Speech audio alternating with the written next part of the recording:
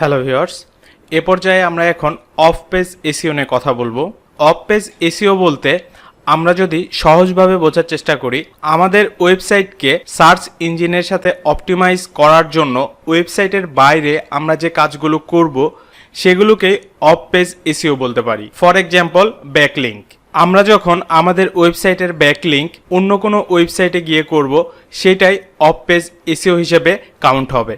আর এই ব্যাকলিঙ্ক যত বেশি হবে, আমাদের ওয়েবসাইট সার্চ ইঞ্জিনে তত বেশি র্যাঙ্ক করবে। তো আমরা এই ব্যাকলিঙ্ক যখন করব অন্য কোনো ওয়েবসাইটে, তখন অবশ্যই আমরা একটা জিনিস মাথায় রাখবো, সেটা হচ্ছে যে আমরা যে ওয়েবসাইটে গিয়ে ব্যাকলিঙ্ক করছি সেটাও যেন আমাদের রিলেটেড ক্যাটাগরি হয়। অর্থাৎ আপনি যদি স্মার্টফোন নিয়ে কাজ করেন বা টেকনোলজিক্যাল কোনো প্রোডাক্ট নিয়ে কাজ করেন, তাহলে আপনি যে ওয়েবসাইটে ব্যাকলিঙ্ক করতে চাচ্ছেন সেটাও যেন সেম ক্যাটাগরি হয়। আদারওয়াইজ অন্য ক্যাটাগরির কোনো ওয়েবসাইটে যদি ব্যাকলিঙ্ক করেন, সেটা কাজের চাইতেই ক্ষতিই বেশি হবে। সো এই জিনিসগুলো মাথায় রাখবো। তো চলুন এখন দেখি ব্যাকলিঙ্ক কিভাবে করা যায় বা কিভাবে করতে হয়। ফর এক্সাম্পল, দেখুন, এটা হচ্ছে একটা ওয়েবসাইট, এরা টেকনোলজিক্যাল বিভিন্ন প্রোডাক্ট নিয়ে কাজ করে। যেমন দেখুন, এটা একটা আর্টিকেল আমি ওপেন করেছি। এখানে এই আর্টিকেলের মাঝে অনেক লিঙ্ক দেখতে পাবো আমরা। যেমন দেখুন, এই যে অ্যাপল ওয়াচ 4, এখানে ক্লিক করলে অ্যাপল ওয়াচ 4 এই রিলেটেড একটা আর্টিকেল ওপেন হবে বা অন্য কোনো ওয়েবসাইটে চলে যাবে। এটাই কিন্তু একটা ব্যাকলিঙ্ক। তো এখানে ক্লিক করলে যে ওয়েবসাইটে যাবে বা যে আর্টিকেলটি ওপেন হবে, ওই ওয়েবসাইট বা ওই আর্টিকেলের ব্যাকলিঙ্ক এই আর্টিকেলের মধ্যে করেছে। তো এইভাবে আমরা বিভিন্ন ওয়েবসাইট পাবো, যে ওয়েবসাইটগুলোতে গিয়ে আমাদের ওয়েবসাইটের ব্যাকলিঙ্ক করব। তো এখন যদি আমরা ব্যাকলিঙ্ক করি, কিভাবে করতে পারি দেখুন। ফর এক্সাম্পল, আমি একটা পোস্ট ওপেন করছি। এটা আমি আমাদের ওয়েবসাইটেই করে দেখাচ্ছি। আপনারা যখন ব্যাকলিঙ্ক করবেন, অবশ্যই অন্যের ওয়েবসাইটে করবেন, বা আপনি যদি কাউকে ব্যাকলিঙ্ক দিতে চান, তাহলে আপনি আপনার ওয়েবসাইট থেকে মানুষকে কিভাবে ব্যাকলিঙ্ক দিবেন।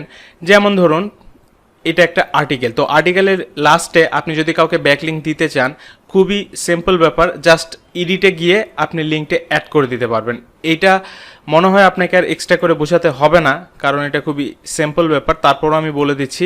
ধরুন, এই জায়গায় আপনি কোনো একটা টেক্সট অ্যাড করে দিলেন। ফর এক্সাম্পল, আমি টাইপ করছি। তো এর সাথে যদি এখন একটা লিঙ্ক অ্যাড করে দেন, এখান থেকে যদি আমরা দেখুন, এইখানে এখন আমরা যদি একটা ইউআরএল দিয়ে দেই, তাহলে এটা ব্যাকলিঙ্ক হিসাবে কাউন্ট হবে।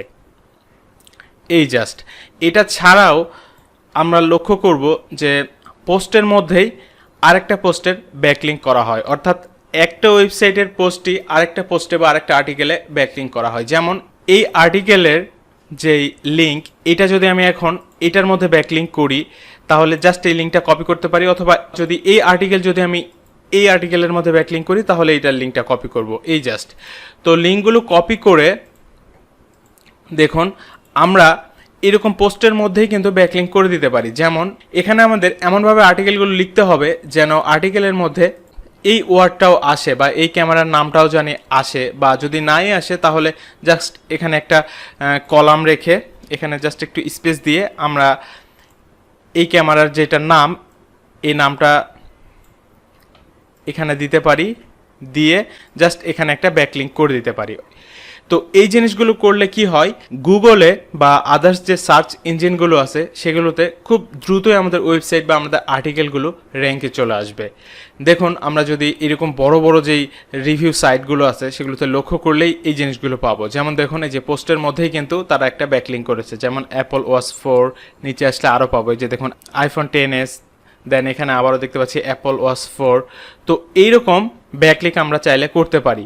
দেখুন, এগুলোর মধ্যে আমি যদি এখানে ক্লিক করি আইফোন 10s, তো দেখুন তাদের সেম ওয়েবসাইটে, ওই একই ওয়েবসাইটে আরেকটা আর্টিকেল ওপেন হয়ে গেল। এই হচ্ছে ব্যাপার। তো এই ব্যাকলিঙ্ক করার জন্য আমরা কিন্তু আমাদের সোশ্যাল মিডিয়াগুলো ইউজ করতে পারি, এবং এই প্ল্যাটফর্মগুলো অনেক পাওয়ারফুল ব্যাকলিঙ্ক প্রোভাইড করে। যদিও বা তারা নো ফলো ব্যাকলিঙ্ক প্রোভাইড করে, বাট তারপরে অনেক পাওয়ারফুল হয়। যেমন দেখুন, ফেসবুকে আমরা যদি যাই, দেখুন এটা হচ্ছে আমার ফ্যান পেজ। তো এখানে যদি আমরা অ্যাবাউট সেকশন লক্ষ্য করি, দেখুন এখানে আমি আমার একটা পার্সোনাল ওয়েবসাইট লিঙ্ক অ্যাড করে রেখেছি। তার মানে এই ওয়েবসাইটের ব্যাকলিঙ্ক আমি আমার ফ্যান পেজে করেছি। এর জন্য আমরা যদি অ্যাবাউটে ক্লিক করি, অ্যাবাউট থেকে খুব সহজেই এই লিঙ্কগুলো অ্যাড করতে পারবো।